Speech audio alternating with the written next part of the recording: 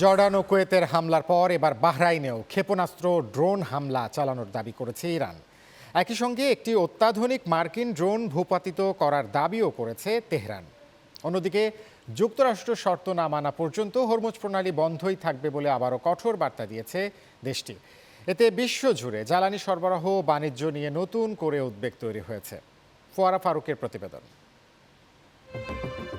ইরানের Islamic revolutionary guard corps বা IRGC জানিয়েছে, যুক্তরাষ্ট্রের সাম্প্রতিক হামলার জবাবে বাহরাইনে থাকা মার্কিন সামরিক স্থাপনা লক্ষ্য করে নতুন করে ক্ষেপণাস্ত্র ও ড্রোন হামলা চালানো হয়েছে।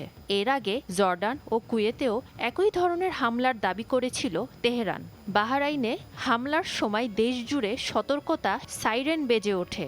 স্থানীয় কর্তৃপক্ষ জানায়, আকাশ প্রতিরক্ষা ব্যবস্থা সক্রিয় করে বেশ কয়েকটি হামলা প্রতিহত করা হয়েছে।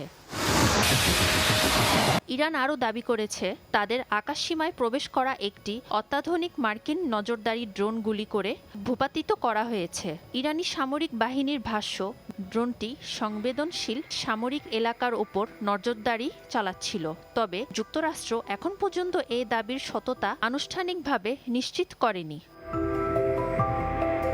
এদিকে যুক্তরাষ্ট্র যদি তাদের শর্ত না মেনে সামরিক অভিযান চালিয়ে যায়, তাহলে হরমুজ প্রণালী বন্ধই থাকবে বলে জানিয়েছে ইরান। দেশটির ভাষ্য, এটি তাদের রেড লাইন এবং দেশের নিরাপত্তা রক্ষায় যে কোনো পদক্ষেপ নিতে তারা প্রস্তুত। অন্যদিকে যুক্তরাষ্ট্র বলেছে, আন্তর্জাতিক নৌপথ সচল রাখতে তারা প্রয়োজনীয় সব ব্যবস্থা নিবে। It's about who controls the world's next barrel and its price. মার্কিন কংগ্রেসের নিম্নকক্ষ প্রতিনিধি পরিষদে ইসরায়েলের সহায়তা বন্ধের একটি প্রস্তাব বিপুল ভোটে নাকচ হয়ে গেছে। তবে ডেমোক্রেটিক পার্টির প্রায় অর্ধেক সদস্য এই প্রস্তাবের পক্ষে ভোট দিয়েছেন। এই ভোটের মাধ্যমে ইসরায়েলি নৃশংসতার জেরে মার্কিন প্রগতিশীল রাজনীতিকদের সঙ্গে ইসরায়েলের বাড়তে থাকা দূরত্ব আরও স্পষ্ট হয়েছে। Channel 9 news.